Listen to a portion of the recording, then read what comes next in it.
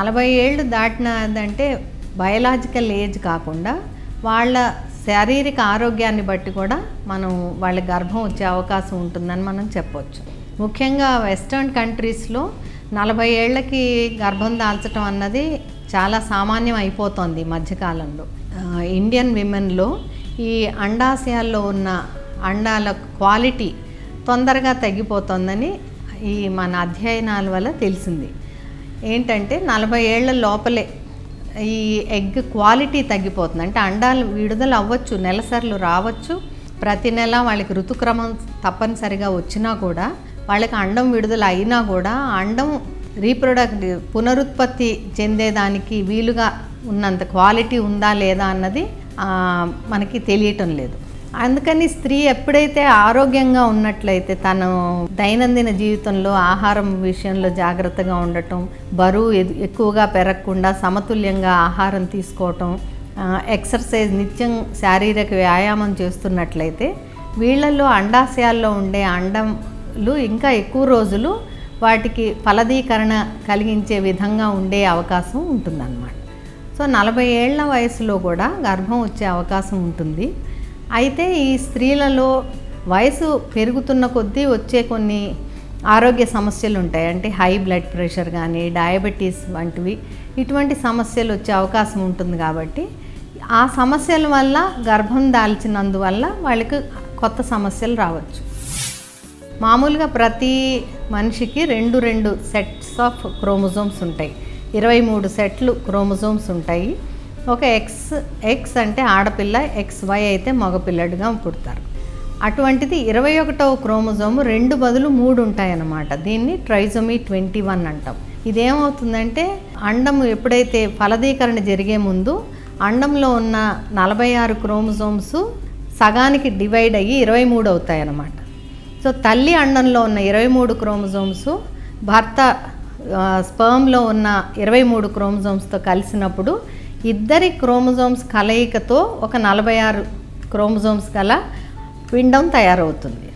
అయితే ఇలా సెపరేట్ అవుతున్నప్పుడు వయసు పెరిగే కొద్దీ ఇది 2గా చీలే సమయంలో 2 చీలకుండా 2 ఒకే అండంలోకి వెళ్ళినట్లయితే భర్త స్పర్మ్తో ఉన్న క్రోమోజోము ఇది కలిసినప్పుడు 3 క్రోమోజోమ్స్ పిండంలో ఉండే అవకాశం ఉంది.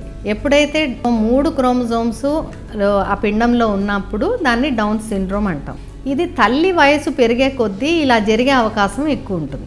20 సంవత్సరాల అమ్మాయికి అయితే 1 in 1600 అంటే 1600 మందిలో ఒక్కరికి డౌన్ సిండ్రోమ్ వచ్చే అవకాశం ఉన్నట్లయితే 40 సంవత్సరాల వయసులో ఉన్న స్త్రీలలో 1 in 50, 1 in 100 మందిలో ఒకరికి డౌన్ సిండ్రోమ్ వచ్చే అవకాశం ఉంటుంది.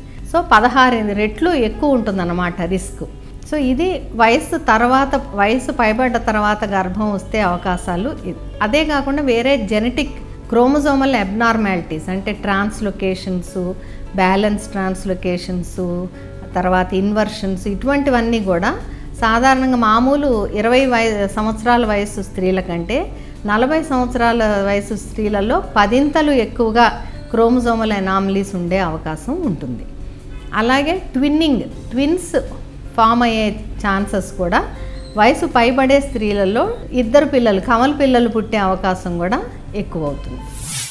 గర్భకోశంలో కూడా ఎడినోమయోసిస్ అంటాము, తర్వాత ఫైబ్రాయిడ్స్ కంతులు ఇటువంటివి వచ్చే అవకాశం ఉంటుంది. కాబట్టి కంతులు ఉన్న గర్భంలో ప్రెగ్నెన్సీ రావటం కూడా జరుగుతుంది. సో వీళ్ళకి దానివల్ల సమస్యలు ఏర్పడే అవకాశం ఉంటుంది. అలాగే గర్భకోశం వీక్గా ఉండటము, ప్రిమెచ్యూర్గా డెలివరీ అవ్వటము, పుట్టే బిడ్డ ఎదుగుదల కూడా అంటే మాయ కూడా సరిగా తయారు కాకపోవటం వల్ల గర్భస్థ శిశువు ఎదుగుదల సరిగా ఉండకపోవటం, గర్భంతో ఉన్నప్పుడు మాత్రమే వచ్చే హైపర్ టెన్షన్ అంటే ప్రీ ఎక్లాంప్సీ అంటాం, ఇవన్నీ ఎక్కువగా ఉండే అవకాశం ఉంటుంది. వీళ్ళకి కాన్పు సమయంలో కూడా ఇబ్బందులు ఏర్పడవచ్చు. అంటే కాన్పు సమయంలో వీళ్ళకి టైంకి నొప్పులు రాకపోవచ్చు, లేదా ముందుగానే డెలివరీ కావచ్చు.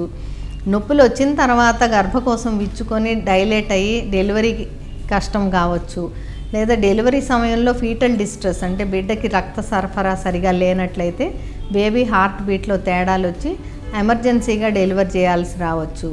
తర్వాత పుట్టినప్పుడు బిడ్డ ప్రిమెచ్యూర్గా డెలివరీ అయినట్టయితే బిడ్డకి సమస్యలు, ఊపిరితిత్తుల సమస్యలు, తర్వాత బిడ్డను కొన్నాళ్ళు NICUలో పెట్టి చూసుకోవాల్సి రావటం, ఆ తర్వాత కాన్పు అయిన తర్వాత వీళ్ళకి ఫీడింగ్ లాక్టేషన్ కూడా సరిగా ఉండదు. వయసు మీరిన తర్వాత పిల్లల్ని కన్న వాళ్ళలో ఈ తల్లిపాలు రావటం కూడా అంత సులభంగా ఉండదు, అంత తేలిగ్గా ఫీడింగ్ ఇవ్వలేరు బిడ్డకి పాలు రాకపోవటం వల్ల.